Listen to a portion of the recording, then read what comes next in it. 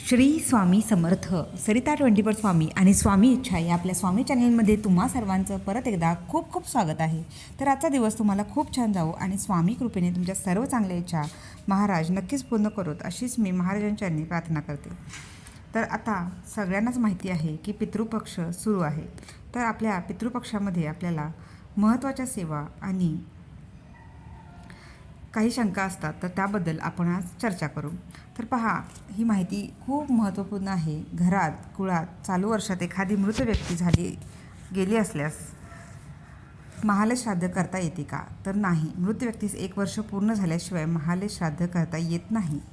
तर आणि दुसरी शंका काहींना अशीही असते की घरात कुळात सवाष्ण मृत झाले असल्यास कोणत्या दिवशी श्राद्ध करावे? तर सवाष्णी मृत होऊन 1 वर्ष पूर्ण झाल्यानंतर पितृपक्षात अविधवा नवमी भाद्रपद कृष्ण नवमीला ज्या दिवशी येते त्या दिवशी हे श्राद्ध करत असतात. तर अजून तिसरी शंका काय आहे? तर ज्या पूर्वजांची तिथी पौर्णिमा असेल त्यांचे श्राद्ध कोणत्या दिवशी घालतात?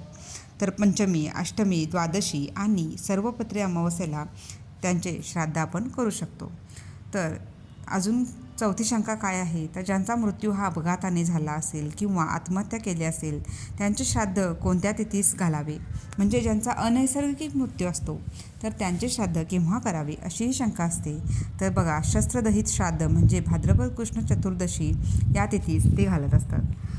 तर संन्यासी किंवा घर सोडून गेलेल्या व्यक्तींचे श्राद्ध कोणत्या तिथीस करतात? तर ही आपली 5वी शंकासुद्धा काही सेवेकऱ्यांना असते. तर अशा व्यक्तींचे श्राद्ध भाद्रपद कृष्णच्या द्वादशीला घालतात. आणि 6वी शंका किंवा प्रश्न असा आहे की पितरांची तिथी माहीत नसल्यास कोणत्या दिवशी श्राद्ध करावे? भाद्रपद कृष्ण द्वादशी किंवा अमावस्या, ज्याला आपण सर्वपित्री अमावस्या, या दिवशी सर्व पितरांचे ज्ञात अज्ञात श्राद्ध घालता येते. कारण नावामध्येच सर्व पित्री असं दिलेलं आहे. सर्व पित्री म्हणजे सर्व पितरांचे. तसेच ब्राह्मणास हिरण्यदान आणि अमावस्या मागणाऱ्या स्त्रीला शिधादान द्यावे. तर श्राद्ध घालताना नैवेद्य मंडल कसे घालावे असाही प्रश्न आहे. तर पाण्याचे गोल मंडल करून त्यावर नैवेद्याचे ताट मांडावे आणि अंगठ्याच्या उजव्या बाजूने म्हणजे अंगठ्याच्या बाजूने उलट्या दिशेने पाणी फिरवावे. आपण नेहमी देवाला नैवेद्य दाखवताना क्लॉकवाईज करतो, तर जेव्हा आपण पितरांना नैवेद्य दाखवत असतो तेव्हा अँटी क्लॉकवाईज करायचं असतं. कारण आपल्याला तो परतीचा मार्ग असतो, म्हणून तो अँटी क्लॉकवाईज आपण करत असतो. म्हणजेच उलट्या दिशेने हात आपले जे अंगठा आहे तो अंगठ्याच्या बाजूने आपण पाणी देत असतो, तेव्हा आपण तो अंगठा उलट्या दिशेने फिरवायचा आहे. तर अघोर पितरांच्या सद्गतीसाठी कोणती सेवा करावी? म्हणजे काही अघोर पितर असतात की ज्यांना सद्गती मिळत नाही, ज्यांची काहीतरी इच्छा अपुरी असते. तर हे असे अघोर पितरसुद्धा, तर त्यांच्या सद्गती त्यांना लाभावी यासाठी पितृस्तुती, बाह्यशांती सूक्त,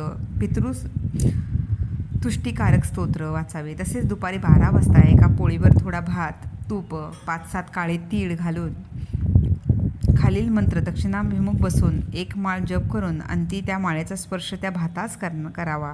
यामुळे अघोर पितरांना देखील सद्गती लाभते.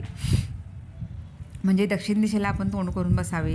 त्यानंतर ते जो आपण नैवेद्य घेतलेला आहे भात आणि पोळीचा, त्यावर काळे तीळ घातलेले आहेत आणि दक्षिणाकडे बसलेला आहात आणि 1 माळ आपण जप करायचा आहे. तर तो जप असा आहे: मध्व सोमास्याधीना मदाय प्रमतो होता विवासते वाम बहिष्मती राती ऋषिता गिरीशा यात नास व्योपवाजे.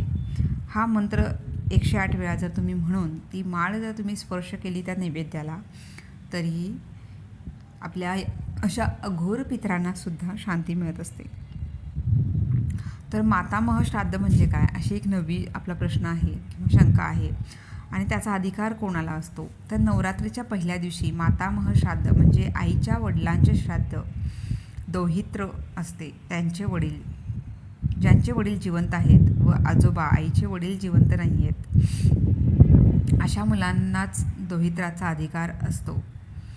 ज्या स्त्रियांच्या माहेरी भाऊ किंवा कोणी पुरुष नाही त्यांच्यासाठी आजोबा गेल्यावर 1 वर्षांनी दोहित्र करण्यास सुरुवात करतात. स्वतःचे वडील गेल्यास दोहित्र करू नये. दोहित्रीचा अधिकार नातवास 3ऱ्या वर्षापासून येतो. हे दोहित्र श्राद्ध पूर्ण स्वयंपाक करून करणे अधिक इष्ट होते. नवरात्रीचा पहिला दिवस असला तरी देवीचा वेगळा स्वयंपाक करण्याची गरज नाही. पितृपक्षात 10वा प्रश्न असा आहे, पितृपक्षात पारायण करता येते का? तर पितृपक्षात कोणत्याही ग्रंथाचे पारायण शक्यतो करू नये. त्यांना पितरांना त्याचा लाभ होतो, पण आपल्याला त्याचा खूप त्रास होत असतो. म्हणून शक्यतो कुठलेही पारायण तुमची इच्छा असेल तर तुम्ही करू शकता, पण त्रास हा होत असतो. काही मानसिक, शारीरिक किंवा अजून वेगवेगळ्या प्रकारचे त्रास होत असतात. त्याच्यामुळे जर तुमची इच्छा असेल तर स्वामींना मुजरा करून तुम्हाला करू शकता, पण शक्यतो करू नये, कारण खूप त्रासदायक होतो. त्यापेक्षा आपण पितरांची सेवा करा. पितरांसाठी तुम्ही पितृसूक्त वाचा, स्तुती वाचा, तर्पण करा, श्राद्धविधी ह्या सगळ्या विधी करा. पण शक्यतो 15 दिवस कुठलेही नवीन पारायण म्हणजे गुरुचरित्र असेल, नवनाथ असेल, श्रीपाद असेल, श्रीपाद चरित्र असेल, भागवत असेल, तर ते का करू नये? तर ते पितरांना त्याचा खूप लाभ होतो, पण आपल्याला खरंच खूप त्रास होत असतो. त्यामुळे तुम्हाला जर इच्छा असेल, तुमची तयारी असेल तर तुम्ही करू शकता.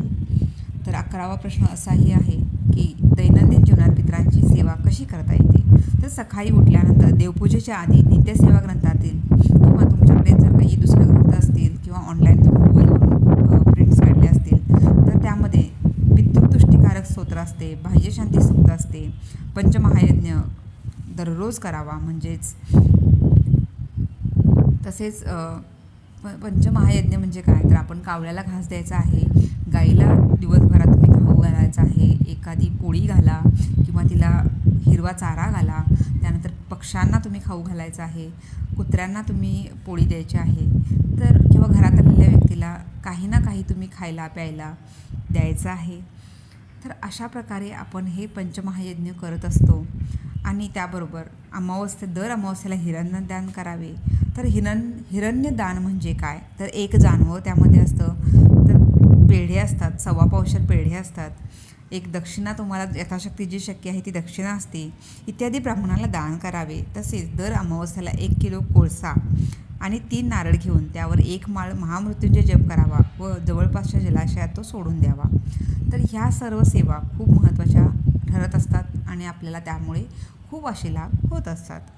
तर पक्ष भाद्रपद मासातील कृष्ण पक्ष हा तेव्हाही करू शकतो. दुसरा पक्ष आहे पितृपक्षात श्राद्ध करण्याचे महत्त्व. पितरांसाठी श्राद्ध न केल्यास त्यांच्या इच्छा अतृप्त राहिल्यामुळे तसेच असे पितर वाईट शक्तींच्या नियंत्रणात जाऊन त्यांचे दास झाल्याने वाईट शक्तींनी त्यांचा उपयोग करून कुटुंबियांना त्रास देण्याची शक्यता असते. श्राद्धामुळे पितरांचे रक्षण होते, त्यांना सद्गती मिळते आणि आपले जीवनही सुसह्य होते. पितृपक्षात 1 दिवस पितरांचे श्राद्ध केले असता हे वर्षभर तृप्त राहतात. पितृपक्ष महालय पक्ष असंही म्हटलं जातं. तर व्यक्तीच्या मृत्यूनंतर आत्म्याला सद्गती मिळावी म्हणून श्राद्ध करणे हे हिंदू धर्माचे एक वैशिष्ट्य आहे. हिंदू धर्माप्रमाणेच बऱ्याच धर्मामध्ये सुद्धा वेगवेगळ्या पद्धती आहेत, पण पितरांच्या या श्राद्धाला खूप महत्त्व आहे. म्हणून श्राद्ध करणे हे हिंदू धर्माचे एक वैशिष्ट्य आहे. प्रतिवर्षी पितृपक्षातील कृष्ण पक्षात महाल श्राद्ध केले जाते. श्राद्ध करण्याचे महत्त्व, पद्धत तसेच श्राद्ध पक्ष हा शुभ कार्यासाठी निषिद्ध का मानला जातो यामागील कारणे सुद्धा आपण जाणून घेऊ. तर पितृपक्षात श्राद्ध का करावे?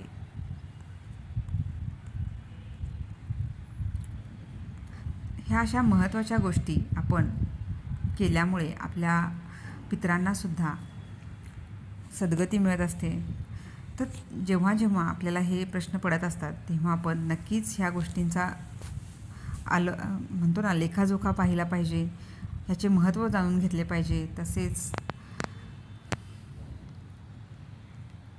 या श्राद्धामुळे किंवा ह्या आपल्या कुठल्याही श्राद्धासाठी ज्या महत्त्वाच्या गोष्टी असतात त्याही आपण जाणून घेऊया.